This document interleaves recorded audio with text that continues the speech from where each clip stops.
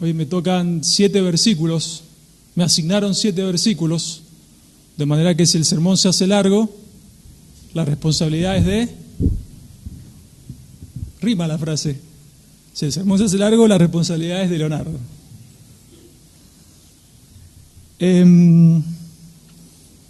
Había elegido otra porción de la palabra para iniciar el sermón de esta mañana. Yo la voy a buscar, si ustedes quieren pueden buscarla y anotan, o la buscan y la leen, o la buscan y la anotan ahí en sus apuntes. Quería empezar esta mañana con 2 versículos del capítulo 13 de la carta a los Hebreos, el verso 20 y 21, que lo voy a leer en breve.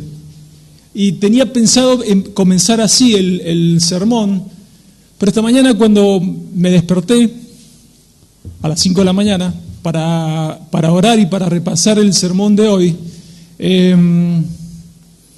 parece ser que el Señor tenía otra idea, o en su creatividad Él dispuso algunas otras cosas. Y es lo que quiero compartir, porque está íntimamente ligado con todo el universo de actividades que nosotros desarrollamos en este lugar. Cuando estaba repasando el sermón con estos apuntes digitales, por motivos que no vienen al caso, gracias.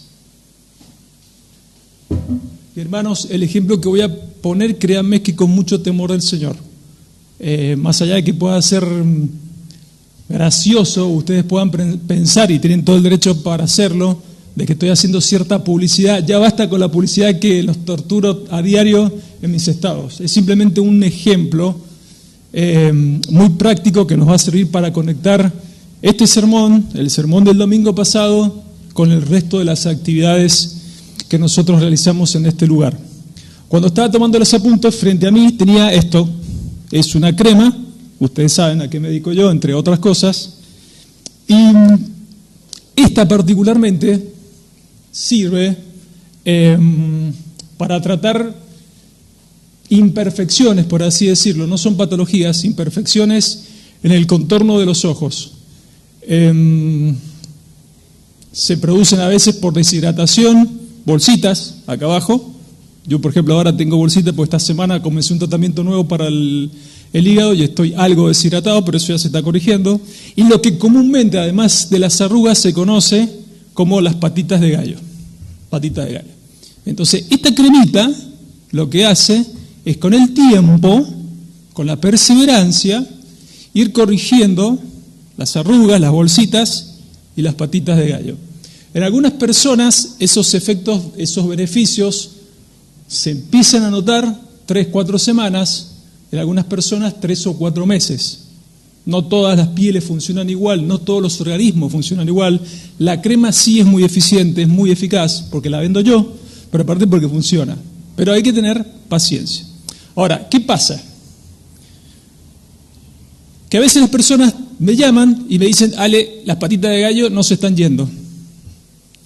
Y yo les pregunto, ¿cuántas veces por día? Hay que usarla una vez solamente, una para cada, una aplicación para cada ojo. Cada 15 días, no, hay que usarla todos los días. Te lo dije desde el principio, hay que usarla todos los días.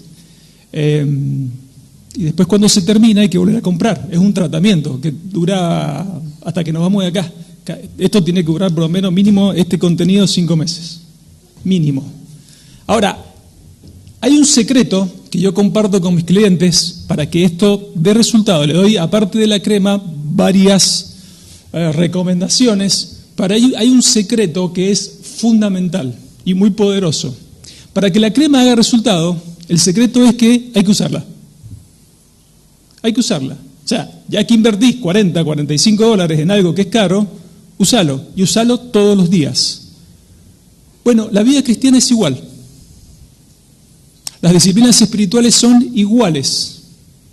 El Señor nos ha dejado, desde el momento que nos convertimos, desde el momento que experimentamos el nuevo nacimiento, la conversión, nos ha dado todas las herramientas, como ya hemos venido estudiando en esta carta, concernientes a una vida de piedad, a la vida y a la piedad. Y una persona oró en esta mañana para que hiciéramos uso de esas disciplinas espirituales. Y el pasaje que voy a leer de la carta a los Hebreos está relacionado con eso y ya van a ver por qué se me ocurrió buscarlo y compartirlos con ustedes. Dice así, Hebreos capítulo 13, verso 20 al 21, que aparte está relacionado también con la oración que hizo Federico antes del sermón. Y el Dios de paz, que resucitó de los muertos a nuestro Señor Jesucristo, el gran pastor de las ovejas, ya sabemos que el dueño de la iglesia a nivel universal es uno solo, el gran pastor, el Señor Jesús, por la sangre de su pacto, os haga aptos en toda obra buena, para que hagáis su voluntad, haciendo Él en vosotros lo que es agradable delante de Él, por Jesucristo, al cual sea la gloria por los siglos de los siglos. Amén. Este texto dice, os haga aptos en toda obra buena, y haciendo Él en vosotros lo que es agradable delante de Él. ¿Quién nos hace aptos? Él, para toda buena obra. También el Federico en su oración habló acerca del poder, y luego dice, por Jesucristo, es decir, esta obra de santificación, el propósito de nuestro llamado, solamente es posible a través de la obra que ya hizo el Señor, vida, muerte y resurrección. ¿Quién hace esa obra? El Dios de paz, el Padre nuestro. El Dios de paz que lo resucitó de los muertos. Dios, con ese mismo poder del Espíritu Santo que resucitó a Cristo, desea santificar a cada uno de sus hijos. Si nosotros analizamos, no es tan difícil ser cristiano. El Señor dice, sed manso y humilde, y habla del yugo, y que ligera es su carga y fácil, liviano es su yugo. Y alguno dice, yo me tengo que esforzar para crecer en la santidad, en esta santificación progresiva. También leemos en la palabra que debemos ocuparnos en nuestra salvación con temor y temblor, que debemos hacer cosas, debe haber un esfuerzo. Y por ejemplo, yo pensaba en virtudes que uno desea cultivar, y pensé en dos virtudes, la humildad y el temor del Señor. Particularmente son dos virtudes que yo deseo alcanzar. ¿Y cómo voy a hacer para ser más humilde y más temeroso del Señor? Bueno, en mi propia fuerza no voy a poder.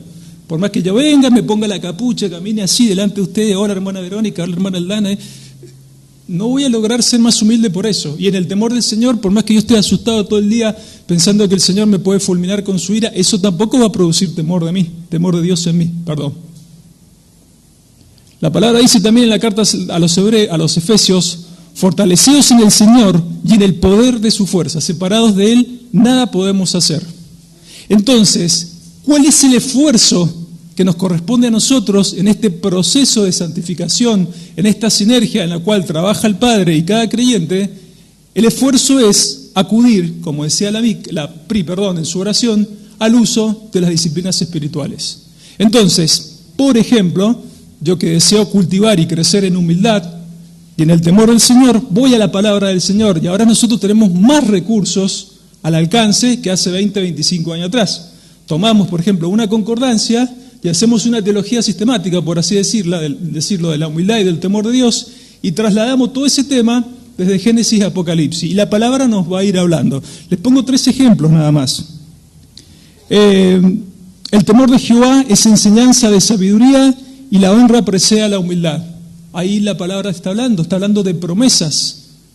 Vamos a encontrar en la Biblia promesas y advertencias para aquellos que quieren tener el temor del Señor, y advertencias para aquellos que no andan en el temor del Señor, pero también para los humildes. Dice que el temor del Señor provee sabiduría, y que la humildad es la antesala a la honra. Y en el contexto de las Escrituras, honra habla de beneficios materiales también. Cuidado con ese tema porque no es menor. Entonces, a medida que nosotros vamos consumiendo la palabra con un corazón correcto, el Espíritu Santo nos va hablando, porque la palabra es viva y eficaz. Ese libro, la Biblia, tiene vida y comunica vida. Entonces el Espíritu Santo va formando humildad y temor del Señor en nosotros, y nuestra tarea es ir memorizando esos pasajes. Pero también hay algo muy interesante con respecto, por ejemplo, a esta virtud. El Salmo 86:11 dice, enséñame, oh Jehová, tu camino, caminaré yo en tu verdad, afirma mi corazón para que tema tu nombre. Ahí pasamos a otra disciplina espiritual, es la oración. El salmista está pidiendo que el Señor afirme su corazón para que Él teme su nombre. El nombre del Señor implica todo lo que es Él en su carácter, toda su persona. O sea que además de estudiar la palabra, además de dejarme envolver por esos versos que hablan de estas virtudes, el temor del Señor y la humildad, yo tengo todo el derecho, la obligación, la libertad de pedirle al Padre, formar en mí un corazón humilde y un corazón temeroso. Y así se crece en santidad, no hay otro método. El único esfuerzo que nosotros podemos hacer es acudir a las disciplinas espirituales. Son todas las cosas que el Señor nos ha dejado para crecer, y son muchas, y ya nos las regaló. A diferencia de esto, que la persona que lo usa tiene que pagar $40 o $45, las disciplinas espirituales son de gracia, caris, completamente gratis, como nuestra salvación. Y lo último, con respecto al temor del Señor, y esto me gustaría compartirlo con ustedes porque es a nivel iglesia. En el libro de los Hechos, el capítulo 9, 31, dice: entonces las iglesias tenían paz. Y la paz es un bien con beneficios incalculables. Tenían paz por toda Judea, Galilea y Samaria, y eran edificadas andando en el temor del Señor, y se acrecentaban fortalecidas por el Espíritu Santo. De manera tal que este pasaje también nos está diciendo que para que una congregación, una iglesia crezca, algo que debe reinar y que debe ser evidente en sus miembros es el temor del Señor. Y es algo de lo que vamos a ver en esta mañana, en el sermón de esta mañana. Ahora, cuando leí el pasaje de Hebreos, mi deseo, mi intención fue conectar todas las actividades que nosotros realizamos en esta congregación. Si ustedes se dan cuenta y analizan todo, las tareas que hacen las mujeres los lunes y los jueves, que ya expresé en la reunión de oración, yo estoy muy contento con eso. La reunión de los viernes, de los varones, que este año se ha visto fortalecida, no solamente en cantidad, sino también en compromiso y en contenido. La reunión de los viernes, que ayer terminaron, el libro de Sproul, la teología reformada. La reunión de oración de esta mañana, la alabanza, el sermón y la coinonía, todo ese universo de actividades tienen el mismo hilo conductor, que se cumple el propósito de nuestro llamado eterno. Y ese, si ustedes se fijan, ha sido siempre el espíritu de esta congregación, que todo obre para que nosotros crezcamos en función del carácter del Señor. Y esa realidad no era ajena, esa hermosa realidad no era ajena a lo que deseaba el apóstol Pedro. Él deseaba que entendieran los destinatarios de esta carta, que eran los mismos destinatarios de la primera, todas las cosas concernientes a la vida y a la piedad, que no es nada más ni nada menos que la vida de Cristo en cada uno de nosotros. Esta es la carta de la memoria, como aprendimos en el primer sermón de Federico, y la carta de la perseverancia. La carta de la memoria y la carta de la perseverancia. Ahora sí, 2 Pedro capítulo 1, voy a leer el pasaje. 2 Pedro capítulo 1, versos 12 al 18, Reina Valera revisada del 60 dice: por esto yo no dejaré de recordaros siempre estas cosas, aunque vosotros las sepáis y estéis confirmados en la verdad presente, pues tengo por justo, en tanto que estoy en este cuerpo, el despertaros con amonestación.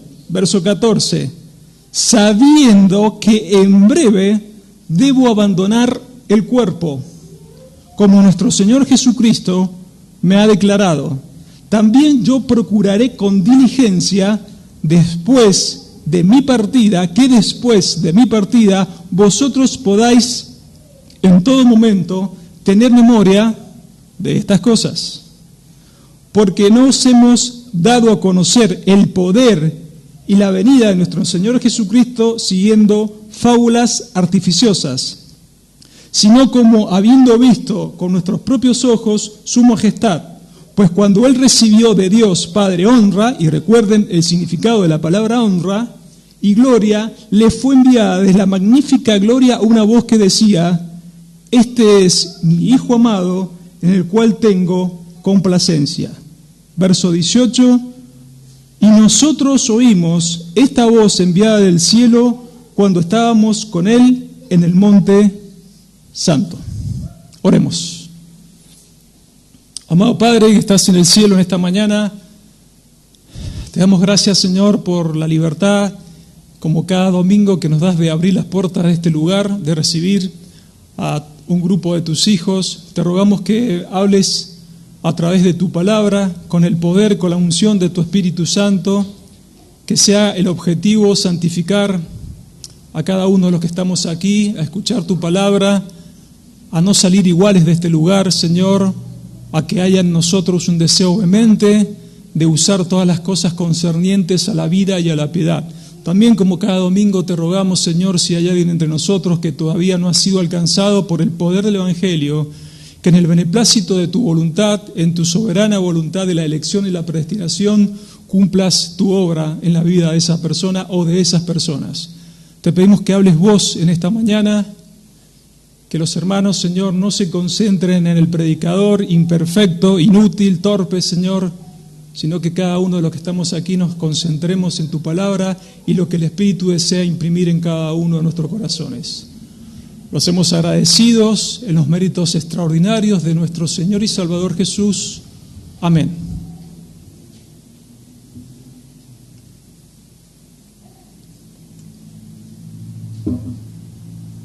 Estas últimas semanas nosotros, por distintos motivos, hemos estado evidenciando, ya sea desde el púlpito, por un sermón o por la clase de membresía, la importancia de lo que conocemos como predicación expositiva. Expositiva y secuencial, porque eso es lo que hacemos nosotros cada domingo desde aquí, desde el púlpito.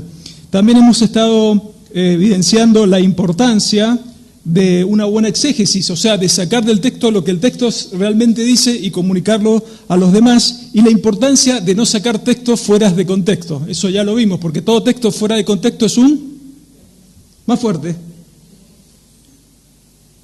En este capítulo, en este primer capítulo, siendo fieles con esa norma exegética o de hermenéutica, de textos y contexto, el apóstol repite una expresión 6 veces, y probablemente ustedes se han dado cuenta. En el verso 3 comienza con las cosas, luego dice estas cosas, verso 8, estas cosas, verso 9, estas cosas, verso 10, estas cosas, verso 12, estas cosas, verso 15. Cuando una expresión o una frase se repite muchas veces es porque realmente es importante. Es porque realmente es muy importante. Denota importancia. Esas cosas que las vimos el domingo pasado y hoy las vamos a recordar, porque recuerden que esta es la carta de la memoria y la perseverancia, son el alma del capítulo. Son las cosas que nos permiten vivir una vida santa en el poder de Dios.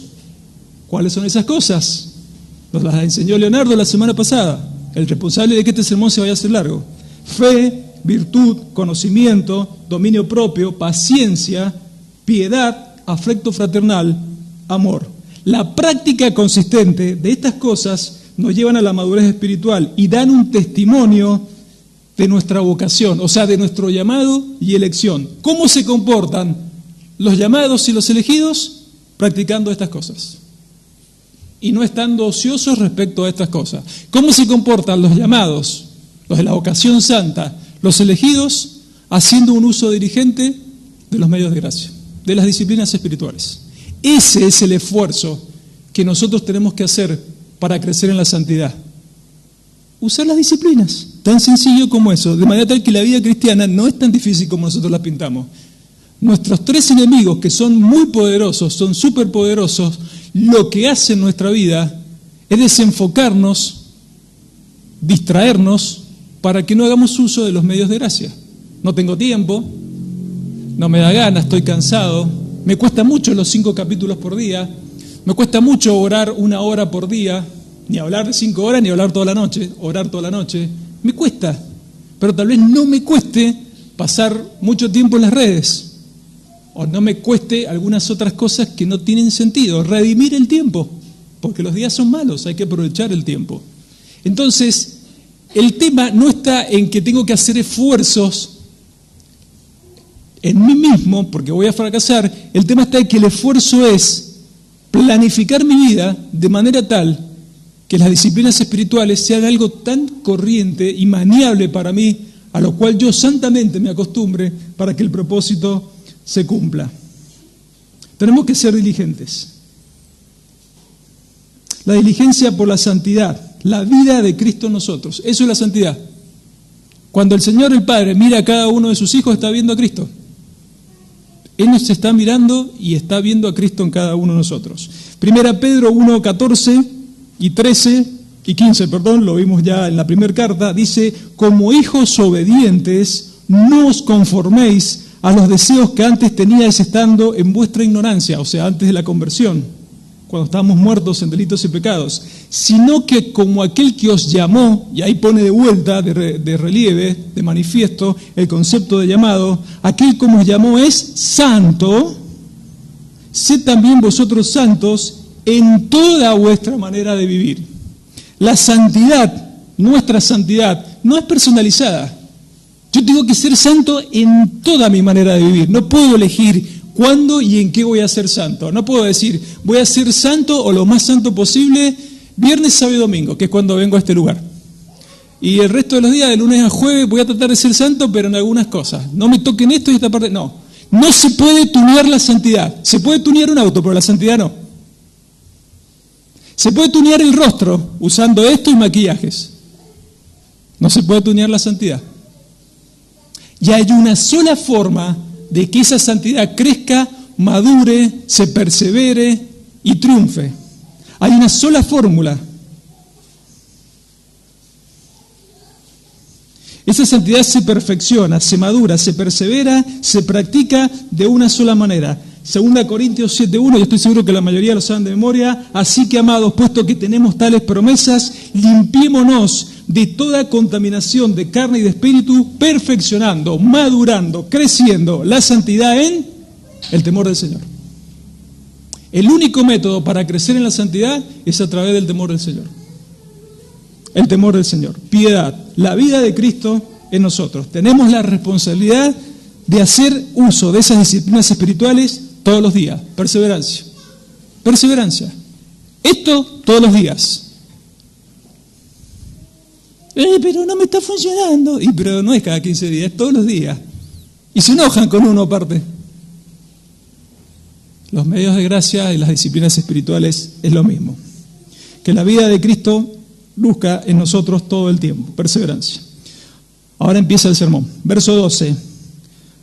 Dice, por esto, es decir, en consecuencia de esas cosas, de las cosas que está repitiendo, y el testimonio que manifiestan en la vida de los creyentes, yo no dejaré de recordaros, dice el apóstol.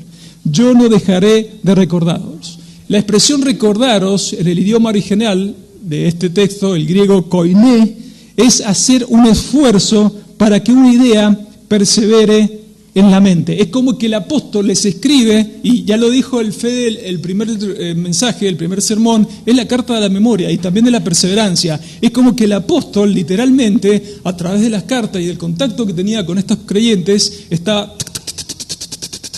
les estaba literalmente quemando la cabeza, como decimos nosotros en buen argentino. Les estaba perforando la psiquis para que no se olvidaran de estas cosas. Eran cosas realmente muy importantes. Es nuestra responsabilidad recordar y perseverar todos los días. Recordar y perseverar. Recordar y perseverar. Tenemos una tendencia al olvido. Si hay algo que el Señor desea fortalecer en la vida de ustedes y en mi vida, es la perseverancia, perseverar. Inclusive dentro de esas cosas está la perseverancia, como vamos a ver. Nos pasa muchas veces que avanzamos en alguna virtud o en la mortificación de algún pecado con mucha determinación y luego con el transcurso del día, de los días, nos vamos relajando y volvemos a ese pecado. No somos todos los perseverantes en el ejercicio de la piedad. No somos perseverantes ni siquiera en las dietas. No somos perseverantes en la oración. En esto, algo tan sencillo. El ser humano no es perseverante y el creyente no es ajeno a esa realidad. El Señor desea perseverancia. Y así es como vamos creciendo en la santidad. Ahora, ¿cuándo Pedro le va a recordar estas cosas? ¿Qué dice el texto? Siempre. El texto dice siempre. O sea, está obsesionado Pedro con que estas cosas, las concernientes a la vida y la piedad, estén siempre en la mente de los destinatarios de la carta. Al igual que los hagiógrafos que los escritores de todas las cartas, ellos tenían el mismo deseo. Sea Santiago, sea Judas, sea el apóstol Pablo, el autor de la carta a los Hebreos, ellos querían que sus destinatarios entendieran cabalmente todo el tiempo lo que transmitían a través de las instrucciones de las cartas. Siempre. Estas cosas, ¿cuáles son? Fe. Las vimos el domingo pasado. Fe, del griego pistis, que significa creer y obedecer. Virtud, del griego arete, que fue lo que hizo muchísima énfasis el Leonardo la semana pasada, que era excelencia moral. Excelencia moral. Conocimiento, del griego gnosis, que es entendimiento espiritual. No es cualquier conocimiento, es el conocimiento escritural. Pero como decimos siempre, y alguien oró también con respecto a ese tema y no recuerdo quién, ese conocimiento que nosotros tenemos que extraer de la palabra no es para llenar la cabecita, las neuronas de información, porque eso lo hace cualquiera. Y de hecho nosotros muchas veces caemos en esa realidad. Somos todos teólogos acá. Hemos avanzado un montón en la comprensión del texto, en la hermenéutica y un montón de cosas, pero ese conocimiento se tiene que ver impactado y reflejado en la vida de cada uno de nosotros. Hay luchas, sí, hay tropiezos, sí, persevera. Persevera. Pero resulta ser que yo ahora sé más que el año pasado, conozco más doctrinas, los 5 puntos me los sé de memoria, de atrás para adelante, de adelante para atrás. Inclusive hasta lo he perfeccionado. Los 5 puntos tienen que llevarte a una vida de piedad. Si no, es vanidad. El conocimiento envanece. A eso se refiere la carta a los Corintios. El conocimiento, por el solo hecho de acumular el conocimiento, es vanidad, es pecado. Pero cuando nosotros vamos estudiando, incorporando conocimiento con el corazón que se deja impactar por el Espíritu y eso se ve en un testimonio, ahí está cumpliendo la palabra su verdadera función, que en realidad es la función que debe cumplir en cada uno de nosotros.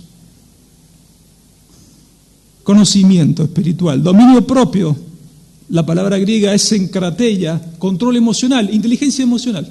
O sea, el concepto de inteligencia emocional no es nuevo, no es del 94, cuando salió ese famoso libro de inteligencia o de control emocional. Siempre ha existido, es un concepto bíblico, es tener rienda, las emociones bien dominadas. Dominio propio. Paciencia.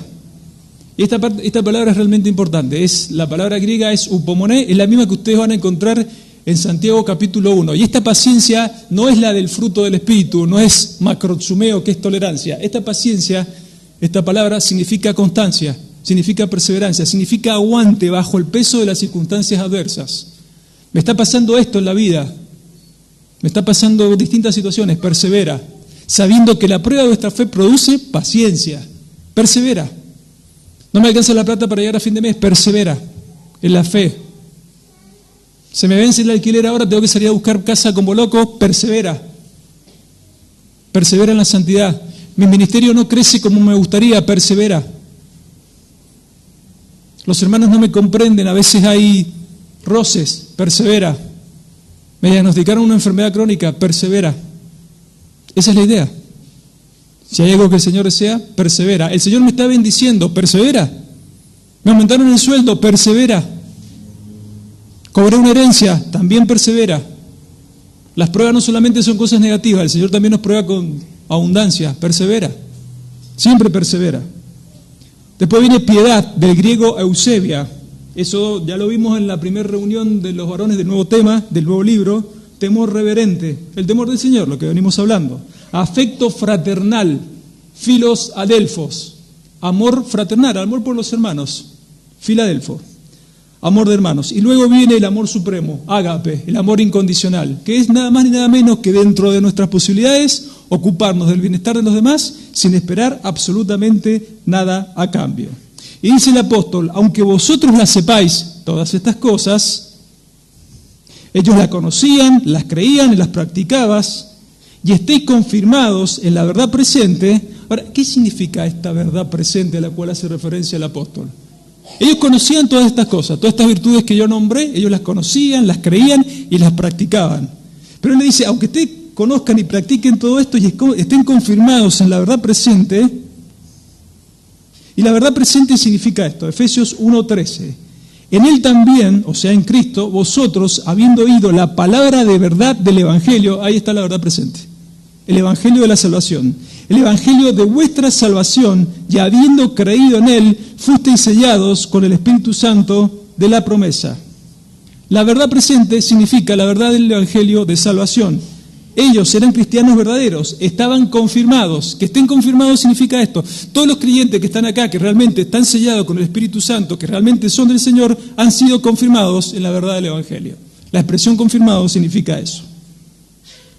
En definitiva, Pedro les dice, ustedes conocen estas cosas que corresponden a la verdad y también las creen, aún así yo se las voy a recordar siempre. Ustedes son creyentes, ustedes recibieron el mensaje de salvación, fueron sellados con el Espíritu Santo de la promesa, que es la garantía de nuestra salvación. Es un término que está vinculado al tema del alquiler, ahora que estamos hablando de eso. Ustedes practican estas cosas, aún así yo se las voy a recordar siempre. Nosotros todos los días estamos en guerra. Hasta que nos vamos de acá estamos en guerra. El otro día compartía con los varones, no con los varones, sino en una reunión de ministerio, y decía, bueno, estoy tratando con varias cosas de mi vida, varios pecados, varias cosas que quiero matar, y voy viendo que en esta guerra con la carne, de la mortificación del pecado, voy avanzando y me voy contento a dormir, y me duermo y me despierto a las 5 de la mañana como todos los días y digo, qué bárbaro, hoy día la guerra continúa, no se termina. Y tengo que volver a hacer el mismo trabajo que hice el día anterior, la palabra, la oración y el resto de las disciplinas espirituales, que son más. Pero siempre nombro por temas de tiempo, a mi modo de ver, las más importantes, que es la palabra y la oración. Pero no se termina, la santidad no se toma vacaciones, el soldado es soldado hasta que se muere. En la vida real es así, un soldado se puede retirar, pero esa persona que fue soldado es soldado hasta que se muere, y el policía igual. Estamos en guerra hasta que nos vamos de acá. Verso 13. Ya en este verso, nosotros vamos a contemplar con mayor énfasis el costado pastoral del apóstol Pedro. Y aquí también, antes de analizar este versículo, hay una especie de llamado reflexivo a los líderes. A los líderes de esta congregación, a los líderes de cualquier congregación, a los pastores y demás. Hoy circunstancialmente nos toca a Federico, a Leonardo y a mí. Pero la tarea fundamental de cada líder y de cada pastor es el bienestar espiritual de las ovejas. Ese debe ser nuestro enfoque. Lo cual no significa que uno pueda colaborar en algunos otros problemas que puedan tener los hermanos. De hecho, nosotros lo hacemos. Pero nunca tenemos que descuidar la salud espiritual de las ovejas. De hecho, el resto de los creyentes que no están en liderazgo, pero que también tienen dones, esos dones deben usarse para el bienestar espiritual del resto de los creyentes. Como decimos siempre, la vida cristiana no se transita en soledad, somos un cuerpo que va creciendo. Algunos van corriendo más rápido que otros, como decimos siempre, a algunos la cremita le hace efecto más rápido que otros. Pero debemos ocuparnos del bienestar espiritual de nuestros hermanos. Lo mejor que nosotros le podemos ofrecer a nuestros hermanos es la santidad. ¿Y saben qué? Lo mejor que le podemos ofrecer al mundo también es la santidad. Un creyente nunca pasa desapercibido. O porque es muy buen creyente o porque es muy mediocre creyente. Lo mejor que le podemos ofrecer a este mundo es la santidad. Perseverar. Pues tengo por justo, comienza el versículo 13, continúa, o sea, es mi deber, es mi derecho y es mi deber, en tanto estoy en este cuerpo, o sea, mientras siga desde este lado de la eternidad, en este tabernáculo temporal que es el cuerpo, mi obligación es despertaros con amonestación. Y despertaros significa, ¿vieron cuando la mayoría de ustedes, yo no porque yo me despierto a las 5 de la mañana no tengo ningún problema, pero se quedan dormidos para ir a trabajar? ¿Qué hace la mamá o la esposa o el esposo? Cachetaditas. Primero te dice, mi amor, tenés que ir a trabajar. Después, mi amor, tenés que ir a trabajar. Y después, o ¿qué es lo que no funciona? A veces funciona y no lo escuchamos, el despertador. Y ya cuando se hace tarde, eso significa despertaros. Bueno, el apóstol Pedro no los podía despertar con cachetaditas porque estaban muy lejos, por eso les manda la carta. ¿Y cómo los despierta? Los avispa, los despierta con amonestación. Con lo que les está escribiendo ahora. Los está exhortando, los está motivando en estas cosas, las virtudes que ya nombramos. Estas cosas se va a ir repitiendo. Verso 14. Sabiendo que en breve Pedro era consciente que su partido al cielo era inminente. O sea, ¿qué cosa sí estaba seguro Pedro de que él había un evento del cual no iba a participar? porque el Señor ya se lo había declarado, y lo vamos a leer más enseguida. Él estaba consciente que de la segunda venida del Señor él no iba a participar. O sea que se iba a morir antes. Independientemente de la postura escatológica que tenga cada uno de nosotros, el Señor vuelve. Va a haber una segunda venida. Pero a Pedro no lo iba a encontrar vivo. Pedro se iba a morir antes. De hecho, Pedro se murió hace más de 2000 años. Entonces, él sabía que su partida era inminente y que de esa experiencia de la segunda venida no iba a participar. Debo abandonar el cuerpo. La separación entre la parte material, o sea, este tabernáculo, que se deshace, que se va gastando con el tiempo, por más crema que ustedes usen, van a envejecer, ustedes y yo. Algunos van a envejecer mejor, no sé, depende de cómo hayan tratado el cuerpo. Es la separación del cuerpo y el alma que se va con el Señor, como nuestro Señor Jesucristo me lo ha declarado. ¿Cuándo se lo declaró? Juan, Evangelio de Juan, capítulo 21. Versos 18 y 19. De cierto te digo, le está hablando el Señor a Pedro, cuando eras más joven, o sea, tenías mucha energía, eras canchero, te ceñías, te vestías como querías e ibas a donde querías. Mas cuando ya sea viejo, ahora en este momento que está escribiendo la carta, extenderás tus manos y te vestirá otro, te ceñirá otro y te llevará a donde no quieras. Esto dijo el Señor, dando a entender con qué muerte había de glorificar a Dios. Y dicho esto, añadió, sígueme. Y todos sabemos cómo murió, con qué muerte glorificó Pedro al Señor Jesucristo. ¿Cómo murió Pedro? ¿Y cómo murió? Al revés, boca abajo, porque él no se sintió digno de ser crucificado igual que su Señor. Entonces el Señor ya le había declarado que iba a morir y cómo iba a morir.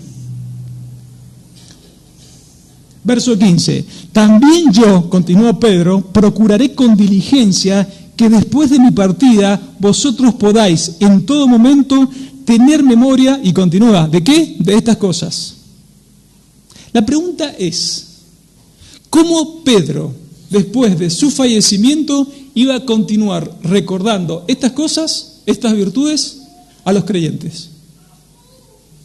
Porque él físicamente ya no iba a estar.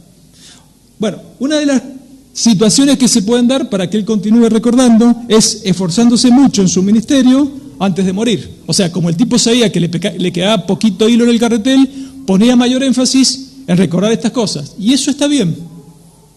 Otras de las formas es, y acá tenemos que tener cuidado, nombrar otros líderes para que esos líderes también recuerden estas cosas. Y eso es algo que nosotros tenemos que aprender, porque salvo que el Señor venga en nuestra generación, todos nosotros vamos a morir. Ninguno de nosotros se va a perpetuar en un ministerio. Entonces, a medida que vamos ejerciendo un ministerio, sea cual sea el ministerio que tengamos, y el don que nos da el Señor, aparte de ejercerlo, tenemos que ir preparando a otras personas. No podemos permitir que la iglesia se quede huérfana de ningún ministerio. Yo, por ejemplo, estuve 15 años sin pastor principal. Porque este hermano, que era muy piadoso, o no pudo, o no lo dejaron preparar otro pastor principal. Y si bien había un grupo de ancianos, pero la figura de pastor principal se había desvanecido. Nos creemos que somos Highlander a veces, que nunca nos vamos a morir, y la realidad es que el tiempo pasa muy rápido. Sea cual sea el ministerio, liderazgo, pastorado, enseñanza, oración, misericordia, generosidad, hay que ir preparando nuevas generaciones. Pero también creo yo que la forma en la que Pedro deseaba que después de su muerte estos hermanos recordaran estas cosas era a través de lo siguiente. Yo recuerdo la historia muy reciente de una persona que sabía que se iba a morir. Le quedaban semanas de vida. Y las veces que esa persona podía, mayormente, se la pasaba orando. Oraba. Las veces que podía porque a veces su estado mental no era el mejor para orar. Y cuando uno se acercaba y le preguntaba, ¿estás orando para que el Señor te sane? Él decía con mucha determinación, no. Le estoy pidiendo al Señor Jesucristo que después de mi partida, a mis hijos no le falte nada. Hay bendiciones póstumas de oraciones. Probablemente muchos de ustedes seamos el resultado de oraciones de personas que ya no están, que se fueron al cielo. Y probablemente muchas oraciones que nosotros hacemos por otras personas no las veamos contestadas en esta vida. Cuando nosotros partamos, a lo mejor el Señor las contesta después. Personas por las cuales ustedes oran para que se conviertan o se sanen de alguna enfermedad. A lo mejor hay gente que se convierte y ha pasado. Están orando por alguien, el Señor los llama a su presencia y después esa persona se convierte. Entonces esa era una de las cosas que también hacía Pedro. Todos los apóstoles lo hacían. La parte sustancial del ministerio apostólico era interceder por las ovejas. Verso 16. Porque, continúa, esta palabra justifica el esfuerzo de Pedro antes de su partida. No os hemos dado a conocer el poder, el dunamis, la vida de poder, la dinamita y la venida de nuestro Señor Jesucristo siguiendo fábulas artificiosas. Lo que hemos contado acerca del poder, de esa dinamita, de esa dunamis, y Federico habló de poder también en la oración, y esa es una palabra que nosotros santamente nos tenemos que acostumbrar, la palabra poder. La vida creyente debe ser una vida, la vida cristiana debe ser una vida de poder. Todo lo que hemos contado acerca del Padre, la encarnación del Verbo, no es el resultado de un cuento chino, no es un cuento inventado, no son fábulas artificiosas, sino como habiendo visto con nuestros propios ojos su majestad, Él con otros discípulos fueron testigos, mártires, ya hablamos de esa palabra, de un ser humano llamado Jesucristo, a quien además pudieron experimentar en un estado especial de majestad. Lo dice el texto, un estado especial, los ojos de su majestad. La palabra majestad significa gloria. Ellos tuvieron una experiencia, que es la que vamos a analizar ahora, de majestad. No solo se encontraron con Jesucristo en su estado de normal humanidad, sino que experimentaron a un Cristo traspasar esta dimensión. ¿Cómo es eso? Verso 17. Pues cuando Él recibió de Dios Padre honra y gloria, recibió honra quiere decir que en ese momento, de ese evento que vamos a ver ahora, Dios le pone al Hijo un precio. Honra significa eso, un precio. Un alto precio, un infinito precio, una valoración. Y dice, y gloria, ahí gloria significa esplendor, brillo, dignidad, como la del sol. Le fue enviada desde la magnífica gloria, es decir, ¿de dónde venía esa voz? ¿Dónde todo es perfecto? ¿Dónde está la gloria perfecta? ¿En qué lugar todo es perfecto? Una voz que decía, este es mi Hijo amado, en el cual tengo complacencia. Y la palabra complacencia significa plena satisfacción de la justicia de Dios. Solamente en la historia de la humanidad ha habido un ser humano que ha podido satisfacer completamente las demandas de la justicia de Dios. El Señor Jesucristo, perfectamente hombre, perfectamente Dios. El verso 18, nosotros oímos esta voz enviada del cielo cuando estábamos con Él en el Monte Santo. Y acá es donde se pone interesante. Existen en los evangelios dos eventos en los cuales se escucha la voz del Padre tocante a la persona del Hijo. Primer evento, si quieren lo pueden buscar, Evangelio de Marcos, capítulo 9, verso 9 al 11. Este evento lo van a encontrar en los tres evangelios sinópticos, Mateo, Marcos y Lucas. Evangelio de Marcos, capítulo 9, verso 9 al 11. Dice, aconteció en aquellos días que Jesús vino de Nazaret de Galilea y fue bautizado por Juan, o sea, el Bautista, en el Jordán. Y luego, cuando subía del agua, vio abrirse los cielos y el Espíritu como paloma. No quiere decir literalmente que bajó una paloma, el Espíritu Santo no es una paloma. Como paloma que descendía sobre él. Y vino una voz de los cielos que decía, tú eres mi Hijo amado, en ti tengo complacencia. La misma palabra que está usando en la segunda carta de Pedro. ¿Y qué evangelio es? El Evangelio de Marcos. ¿Existe alguna conexión entre Marcos y Pedro? Tranquilamente podría ser el Evangelio de Pedro según Marcos. Era su amanuensia, ya lo vimos. O sea, más allá del testimonio que da el Padre en ese momento, este es mi Hijo amado, en el cual tengo complacencia, esa voz después del bautismo del Señor, diciendo al Padre que este es el único ser que puede cumplir con las demandas de mi justicia, no se conocía mucho del Señor. Aun cuando Juan el Bautista también, cuando aparece públicamente el Señor, dice, este es el Cordero de Dios que quita el pecado del mundo. No que lo cubre, sino que lo quita. El tema es que no hay evidencias, no había evidencias. ¿Por qué? Porque se conocía públicamente muy poco del Señor. Está todo bien con esa voz que dice, este ser humano puede complacer, y con la voz de Juan el Bautista es el Cordero de Dios. Ahora, demostrame con evidencias que es el Hijo de Dios y que es el Cordero de Dios. ¿Qué sucedió entre el primer y segundo evento? Y ahora vamos a ir al segundo evento, donde la voz del Padre se hace evidente tocante al Hijo. Y es el evento que está hablando precisamente Pedro en esta carta, la transfiguración. Él dice, el que está haciendo referencia es donde dice, Pedro dice nosotros, habla en primer persona del plural. ¿Nosotros quiénes y nosotros cuándo? Mateo capítulo 17, versos 1 y 5, ahí está el nosotros cuándo. 6 días después, Jesús tomó a Pedro, a Jacobo y a Juan su hermano, ahí está el quieres. ¿A quiénes tomó el Señor? A los dos hermanos, Juan y Jacobo, y al apóstol Pedro, que es el que estaba escribiendo la carta. Y los llevó aparte a un monte alto, y se transfiguró delante de ellos, y resplandeció su rostro como el sol, y sus vestidos se hicieron blancos como la luz. Ahí está el sol, la magnificencia, la gloria de la que hablaba Pedro en la carta.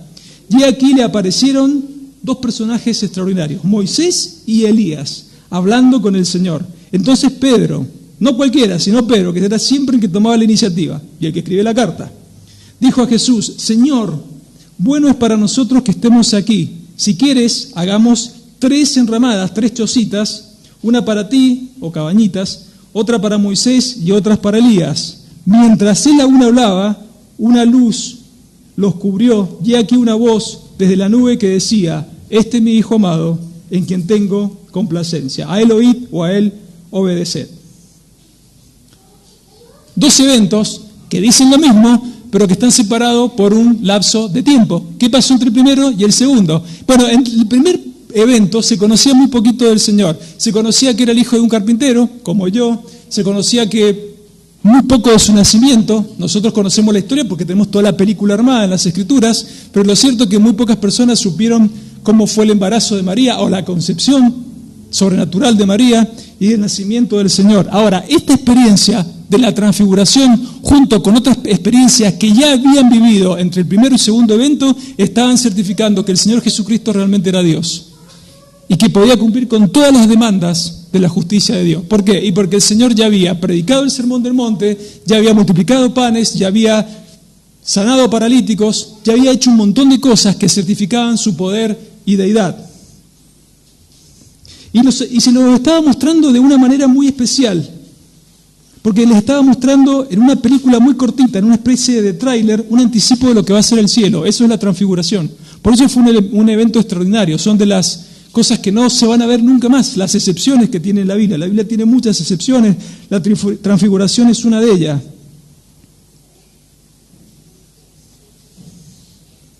En este segundo evento el Padre presenta al Cordero para que terminen de revisarlo.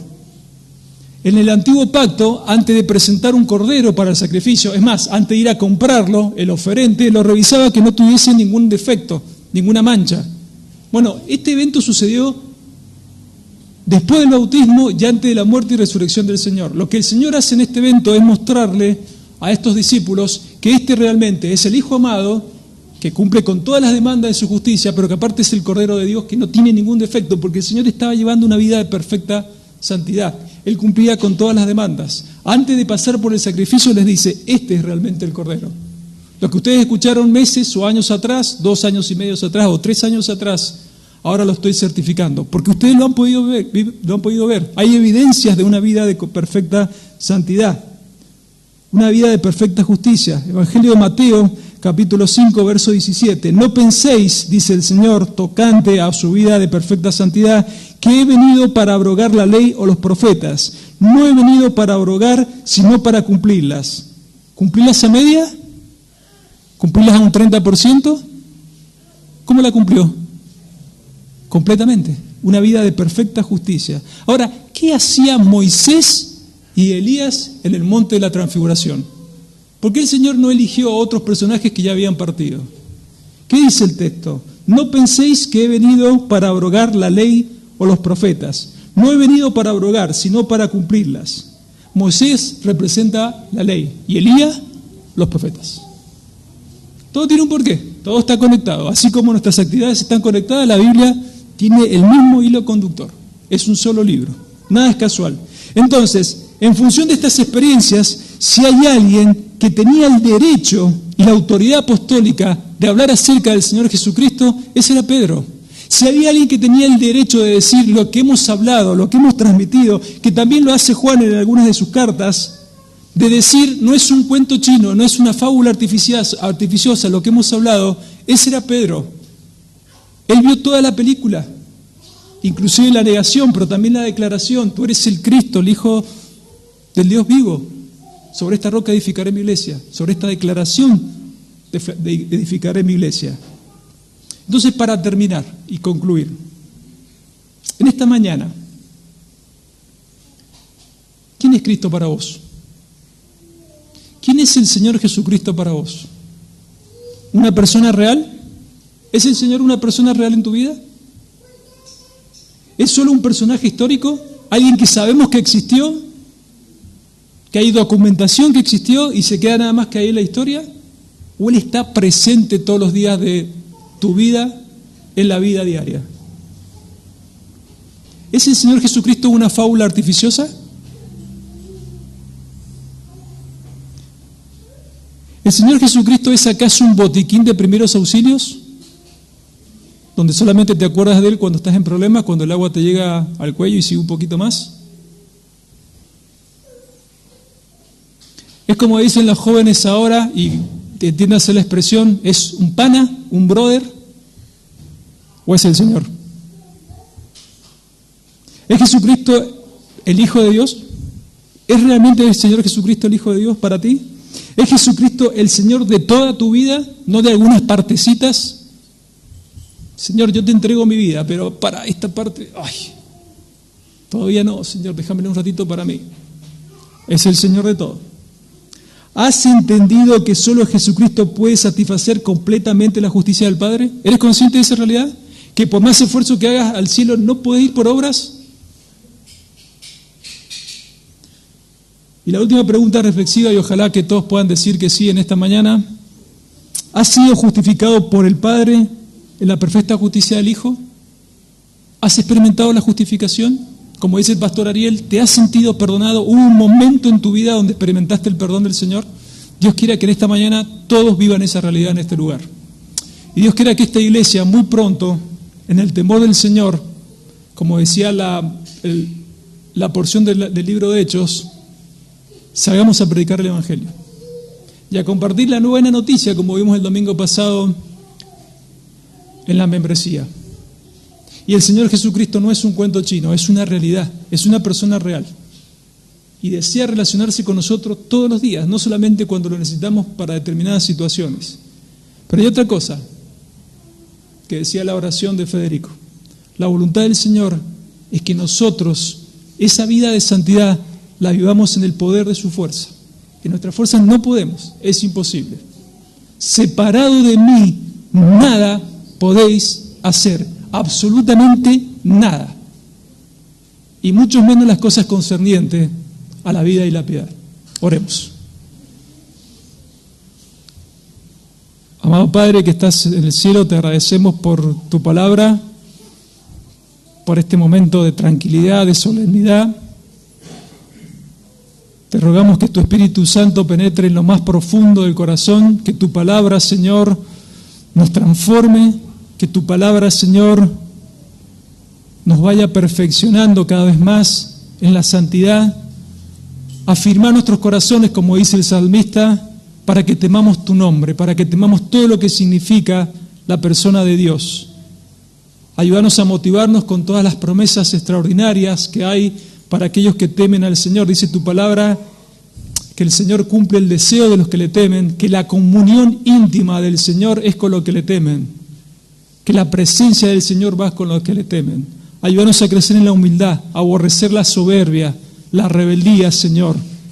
Que la gente pueda ver el amor de Cristo en cada uno de nosotros, que al salir de este lugar, la gente del mundo pueda decir, verdaderamente este está caminando con Jesús.